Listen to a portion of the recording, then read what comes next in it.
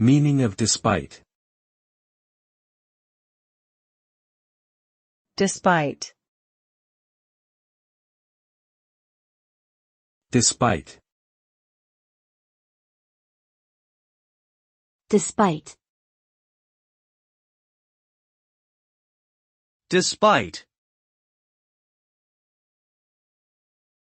Despite is a preposition used to show contrast or opposition between two ideas.